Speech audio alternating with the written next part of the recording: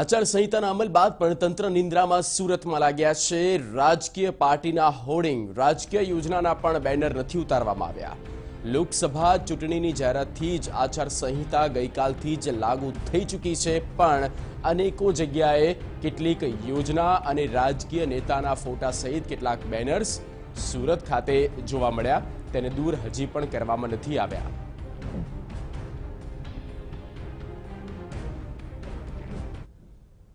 વધુ માહિતી સાથે જોડાઈ ગયા છે સંવાદદાતા દેવેન ચિત્તે। દેવેન, આચારસંહિતા ગઈકાલથી જ લાગુ થઈ ચૂકી છે, પણ બેનર્સ જે છે તે હજી પણ સુરત ખાતે જોવા મળી રહ્યા છે। કોના બેનર છે, શું વધુ વિગત?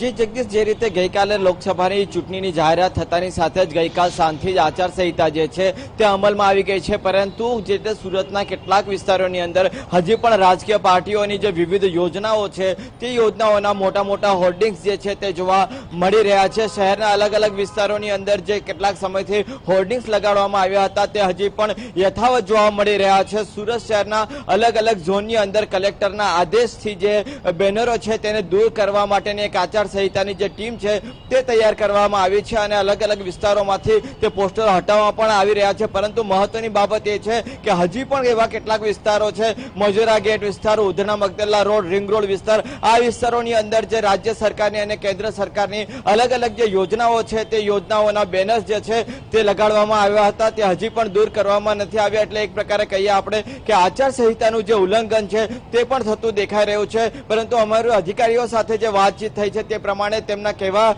મુજબ કેટલાક વિસ્તારોમાંથી બેનરો દૂર કરવામાં આવ્યા છે, તેમજ હજી પણ અલગ અલગ વિસ્તારોમાં ફરીને આ બેનરો જે છે તે આજે સાંજ સુધીમાં દૂર કરી લેશે એ પ્રકારની વાત તેઓ કરી રહ્યા છે। પરંતુ મહત્વની બાબત એ છે કે ગઈકાલથી જ્યારે આચારસંહિતા લાગુ થઈ ગયા બાદ પણ હજી સુધી આ બેનરો જે છે તે કેમ હટાવવામાં નથી આવ્યા, કારણ કે સ્વાભાવિક રીતે જ્યારે પણ લોકસભાની ચૂંટણી કે અન્ય કોઈ પણ ચૂંટણીની જાહેરાત થતી જેને દૂર કરવા માટેની જે પ્રક્રિયા છે તે આગળ હાથ ધરવામાં આવશે। આભાર દેવ, સમગ્ર માહિતી આપવા બદલ।